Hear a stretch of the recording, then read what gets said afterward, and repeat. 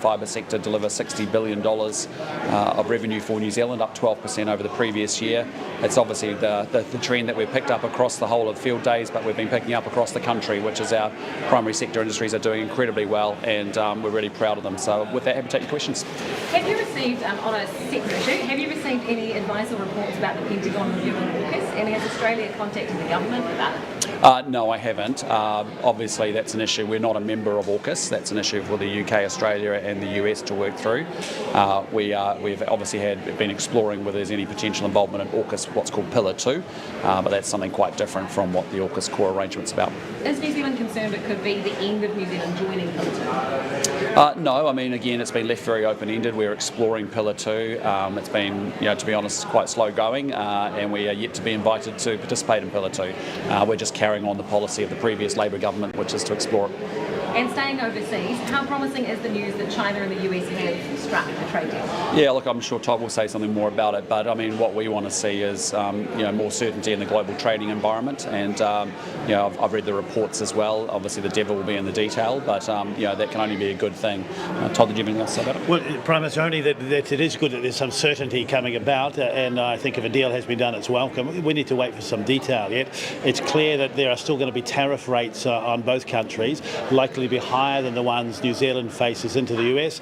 That inevitably is going to give opportunity to New Zealand exporters to make them more competitive in that market, competing against others, but there's still a long way to go. The only thing New Zealand would say is that trade certainly is important. We would encourage more trade deals with the US so that we can get more certainty. And the question perhaps for Mr Luxon would be, do you expect China's president to brief you on the details when you travel to China sometime in the near future? Yeah, look, I'm sure that will be a topic of conversation, about how we see the global trading environment and what we're observing in the region, but also around the world. Again, I think, as Todd and I've talked and checked in regularly with New Zealand exporters to the US, we're really pleased to hear of good progress from our own exporters. They're still finding really great opportunities to grow their businesses. They're doing a great job targeting the right channels and the right customers. But yes, of course, that'll be a big topic of conversation when I do catch up with both President Xi and Premier Li in due course. And lastly, a question from me on rural mental health. When it comes to that $3 million of funding that you've announced, it's great to see that, but what about jobs like rural psychologists? There's a real shortage out there of them. Will you be looking at spending any funding on trying to boost that workforce? Yeah, look, we've made tremendous progress in the sense on healthcare across New Zealand. We've put a lot more money in. We put $17 billion almost in last year. We put another $7 billion in this year.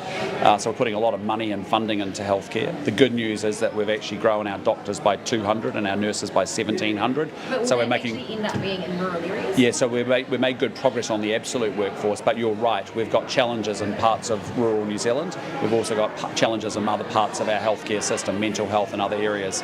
That's why you've seen us spend another $164 million opening up urgent care and extended out care services. 24/7 digital services will be coming from July 1, and we've put in place a $20,000 incentive to incent nurses to go into rural settings. So there's a lot more for us to do. Obviously, the investments around rural mental health are really important given the sobering nature of the statistics that we're encountering there. But we are doing everything we can to make sure that we actually now get the funding and the workforce actually moving out to where we've got the gaps and the challenges, which are increasingly sitting in rural New Zealand. A couple of questions for me, just on those export results, really impressive.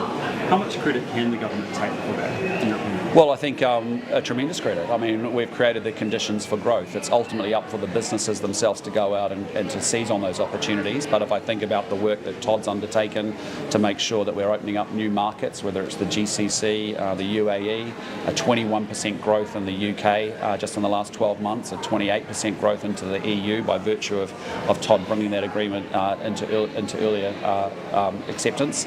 So I think there's been tremendous progress made on the trade front, and I think from Nicola's work to make sure that she's cleaning up the books, good financial management, good fiscal management to lower inflation, to lower interest rates, to get the economy growing, to get people employed.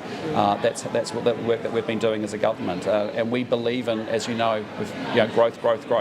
And again, it's our primary industry sector pulling New Zealand out of a recession on a pathway to economic growth, and now we've got a really exciting future to try and shape it, despite all the volatility that sits out there in the world. So really proud of the primary industry sector, but also proud of the work of both Nicola and Todd and all of our team to create the conditions for growth as well. Yeah, there's just no question. Low inflation, low interest rates, benefits, less red tape. That's good news for farmers, and you're seeing that in their results. It also gives them great confidence that they've got a government that backs them. That means they're investing in more growth, and that's good for all New Zealanders.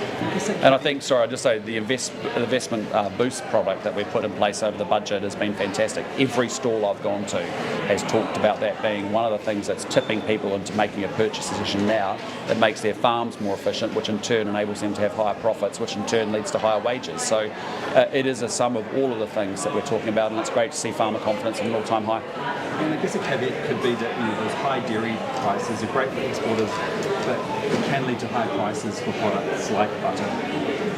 What do you make of that situation? And I guess that ties into inflation, right? Well, look, on butter, it has not been lost on me that if you go to Costco today, you can get butter for about half the price that you can at New World, at Pack and Save, and that's a story of competition. And so I think retail competition has a big role to play in the price that New Zealanders pay for butter and other dairy goods, and that's why our government is doing quite a lot to promote that competition. It is also always true that when dairy is in high demand globally, that does have an impact on prices here at home, and we are very conscious of the impact that has for families, because milk, butter, they're staples for many Kiwis, and when it's that expensive, I know many people are having to substitute and find workarounds, and that's tough. So I want to see that competition, because not everyone can shop at Costco right now, but we should be getting that level of retail competition everywhere in the country. And you're going to Cabinet soon with some suggestions on supermarkets? Yes, that's right. There's 3 bits of activity we have underway. One is what are the barriers we can remove so that there can be more Costcos and things like Costco.